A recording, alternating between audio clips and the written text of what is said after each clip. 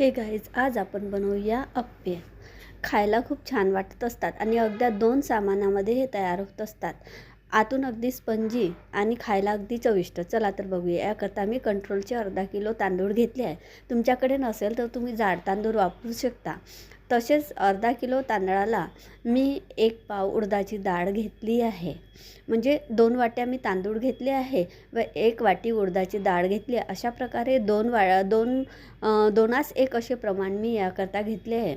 दोन्ही साहित्य मी 2-3 तास भिजू टाकले. त्यानंतर स्वच्छ 2-3 पाण्याने धुवून घेतले आहे. त्यातले पाणी चाळून घेतले. आता मिक्सरमध्ये बारीक करायचे आहे. मिक्सरमध्ये बारीक करताना हे पेस्ट अगदी स्मूथ व्हायला पाहिजे. तुम्ही बघू शकता, हे अशा प्रकारे स्मूथ व्हायला पाहिजे. आता हे पेस्ट आपल्याला रात्रभर भिजू घालायची आहे. रात्रभर असेच ठेवून द्यायचे आहे. त्यामुळे याच्यात छान खमीर फुटणार आहे. आता दुसऱ्या दिवशी मी बारीक चॉप केलेले टमाटर, गाजर, शिमला मिर्च, संपूर्ण साहित्य व चवीनुसार मीठ टाकले आहे. बघू शकता हे साहित्य किती व्यवस्थित फुगले आहे.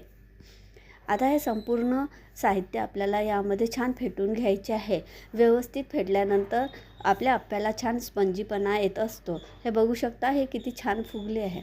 आता आपल्याला अप्प्याचे बेटर तयार झाले आहे. याकरता मी अप्प्याचा तवा छान गरम करून घेतला आहे. जसा डोस्याच्या तव्याला व्यवस्थित गरम केल्या जाते, त्याचप्रमाणे अप्प्याच्या साच्याला व्यवस्थित गरम झाल्यानंतर यात तेल टाकून घेतले आहे. आता थोडे 1-1 चम्मच अप्प्याचे पेस्ट मी यामध्ये टाकले आहे.